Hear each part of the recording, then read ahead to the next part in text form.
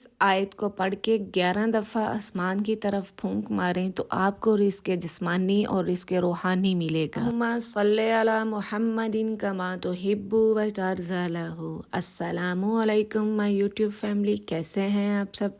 अल्हम्दुलिल्लाह मैं ठीक हूँ और दुआ करती हूँ कि आप सब भी खैर व आफ़ियत से हों। अल्लाह ताला मेरे सुनने वालों की तमाम परेशानियों, तमाम तकलीफ़ों को दूर करे और उनकी तमाम हाजत को पूरा फरमाए। आमीन सुम्मा आमीन।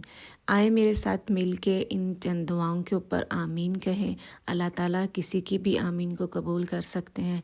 कोई पता नहीं कौन सा कबूलियत का वक़्त है। बहन है, इनको शादी में प्रॉब्लम्स आ रहे हैं, तो अल्लाह ताला इनकी शादी में जितने भी प्रॉब्लम्स हैं उन्हें दूर करे और जहाँ ये चाहती हैं खैर व आफ़ियत से इनकी शादी वहाँ पे हो जाए। आमीन सुम्मा आमीन। ये एक और बहन है, इनका नाम है नूर कौसर, तो इनको भी शादी का मसला है।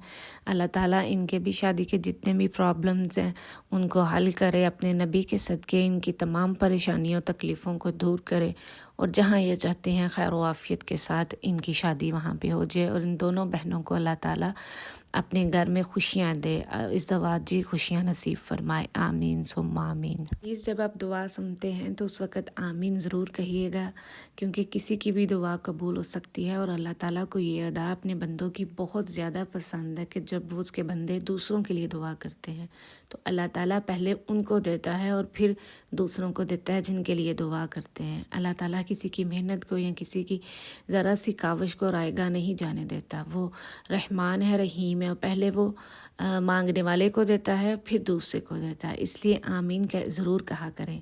अल्लाह ताला हम सब की परेशानियों को दूर करे। आमीन। आज मैं जिस वजीफ़े के बारे में बात कर रही हूँ वो वजीफ़ा है सूरह माइदा की आयत नंबर 114।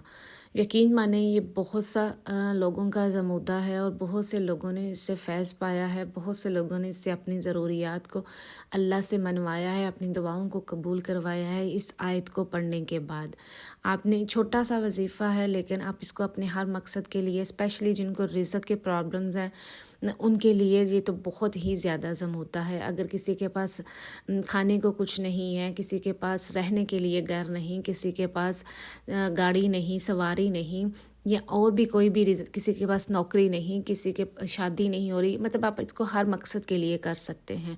करना आपने क्या है, आपने इसको हर नमाज के बाद 11 दफ़ा पढ़ना है, अव्वल और आखिर दुरूद इब्राहिमी के साथ, और पढ़ने के बाद आपने आसमान की तरफ मुँह करके इसको फूंक मार देनी है और साथ में अपनी जो भी हाजत है उसको तसव्वुर करना है, उसको कहना है कि या अल्लाह मेरी ये हाजत है। जैसे अगर कोई रिज़्क़ के लिए कर रहा है तो वो इसको 11 दफ़ा पढ़े अव्वल आखिर दुरूद इब्राहिमी के साथ, और फिर साथ ये कहे कि या अल्लाह मेरे रिज़्क़ में कुशादी अता फरमा, या अल्लाह मेरे रिज़्क़ को कुशादा कर दे, और इस दुआ के साथ इस आयत को ऊपर पढ़ के तो फूंक मार दे। आप यकीन माने ये बहुत से लोगों का ज़मूदा है, आपके रिज़्क़ में बरकत होगी। अगर इसी तरह किसी को किसी ख़ास स्पेसिफ़िक चीज़ की ज़रूरत हो तो वो भी इस आयत के पढ़ के तो ऊपर उस हाजत के लिए दुआ कर सकता है। जैसे अगर फॉर एग्ज़ाम्पल मुझे कभी दिल करे कुछ स्पेशल चीज़ खाने को, तो मैं इस आयत को पढ़ के ऊपर की तरफ फूंक मारती हूँ तो यकीन माने वो चीज़ मुझे मिल जाती है। कहाँ से मिलती है, कैसे मिलती है, ये अल्लाह जानता है, लेकिन वो चीज़ मिल जाती है।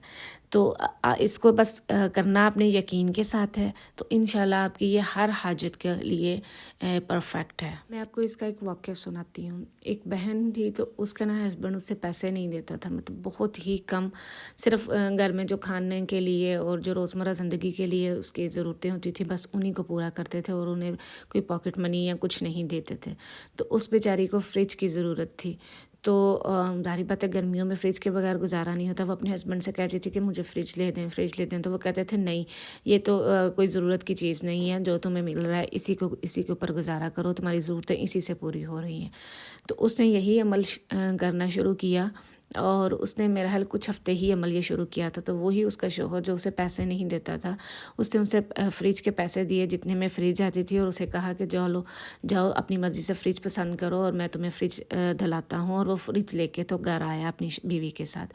वो बीवी उसकी बेचारी इतनी खुश हुई और वो कहती है कि मैं यहाँ तक थी कि ये तो कभी उसको देखूँ, कभी पैसे देखूँ, कभी अपनी मतलब इस चीज़ को देखूँ कि اس نے تو مجھے کبھی آج تک 10 روپے نہیں دیے اور آج مجھے اتنے پیسے دے رہا ہے کہ یہ میں جا کے تو فریج خرید لوں اس کے ساتھ جا کے. کہتی ہے میں اس سب کچھ جو ہے وہ اس دعا کی برکت سے ہوا ہے, جو یہ میں نے جو عمل کیا اس کی برکت سے. آپ اس کو اپنی ہر ضرورت کے لیے کر سکتے ہیں. دیکھیں اس کا ترجمہ کیا ہے, اس میں یہی ہے رزق کے بارے میں کہا گیا ہے کہ میرے اگلوں کو جیسے رزق دیا گیا پچھلے کو, مطلب جو بھی ہے, جیسے کوئی من و سلوہ آسمان سے اترتا تھا بنی اسرائیل کے لیے, اسی طرح اگر آپ اس کو پڑھیں گے تو آپ کی بھی ہر حاجت پوری ہوگی. یہ آسمان کی طرف آپ پھونک ماریں گے تو یقین مانیں, اور یقین شرط ہے, اگر آپ یقین کے ساتھ اس کو عمل کو کریں گے تو آپ مالا مال ہوں گے, آپ کی ہر حاجت پوری ہوگی. اس آیت کو پڑھنے والا کبھی مایوس نہیں ہوتا. آج کل بہت سے بہنوں کے میسیج آ رہے ہیں کہ ان کو شادیوں میں پرابلمز ہیں, تو وہ اپنی شادی کا تصور کر کے, رشتے کا تصور کر کے, نیک رشتے کا تصور کر کے اس آیت کو پڑھ کے تو پھونک ماریں اور اللہ تعالیٰ سے دعا کریں کہ اللہ تعالیٰ مجھے نیک ساتھی دے. اس دعا کی برکت سے میرے لیے رشتہ بھیج, ایسا رشتہ جو میرے لیے خوشیوں کا باعث بنے, ایسا ساتھی مجھے دے جو میرے لیے خوشیوں کا باعث بنے, عزتوں کا باعث بنے, جو میرے لیے راحتوں کا باعث بنے, جو مجھے اپنے گھر میں نکرانی نہیں رانی بنا کے رکھے. اس دعا کی برکت سے انشاءاللہ آپ کی یہ حاجت پوری ہوگی. آج کل یقین مانے جب میں میسیج پڑھتی ہوں تو میں اتنا دل دکھی ہوتا ہے کہ اتنی بہنوں کے میسیج آتے ہیں کہ ہماری شادی کے لیے دعا کریں.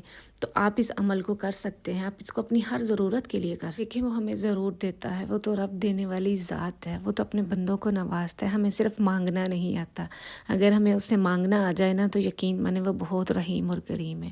وہ کسی کو مایوس نہیں کرتا, وہ ہر ایک کی دعاؤں کو قبول کرتا ہے. کبھی دیر سویر ہو جاتی ہے لیکن اس میں بھی اس کی کوئی نہ کوئی مصلحت ہوتی ہے. ہم اس کی مصلحتوں کو تو نہیں جانتے, یہ تو وہی جانتا ہے. غیب کا علم تو صرف رب کی ذات کے پاس ہے.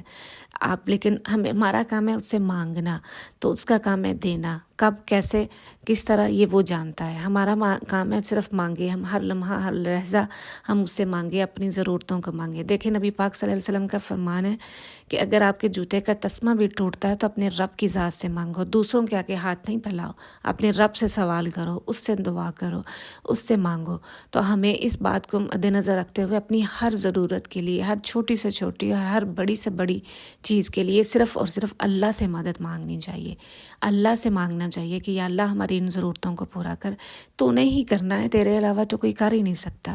اور ویسے بھی اللہ جب کسی کی ضرورتوں کو پورا کرتا ہے تو اس کے پورا کرنے سے ہی پوری ہوتی ہیں. کوئی انسان کسی دوسرے انسان کی ضرورتوں کو پورا نہیں کر سکتا. ایک کرے گا, دوسری کرے گا, پھر اس کے بعد تھک جاتا ہے دوسرا انسان کہ میں اس کو کتنا کو دوں. لیکن اللہ تو ان اللہ علی کل شیء قدیر, وہ ہر چیز پہ قادر ہے. وہ 1000 دفعہ بھی دے سکتا ہے, وہ دیتا ہے, اور جب بھی دیتا ہے وہی دیتا ہے, کوئی اور تو نہیں دیتا ہمیں.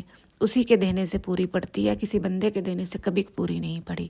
اس لیے اپنے رب سے مانگے, وہ انشاءاللہ آپ کو کبھی مایوس نہیں کرے گا. اور مجھے اپنی دعاؤں میں یاد رکھیے گا. میں بھی آپ سب کے لیے دعائیں کرتی ہوں, اور اس کو اگر آپ کو اچھی لگے ویڈیو تو اس کو شیئر کریں تاکہ دوسرے بھی اس سے فائدہ حاصل کر سکیں. مجھے اپنی دعاؤں میں یاد رکھیے گا. انشاءاللہ پھر ملوں گی. اللہ حافظ.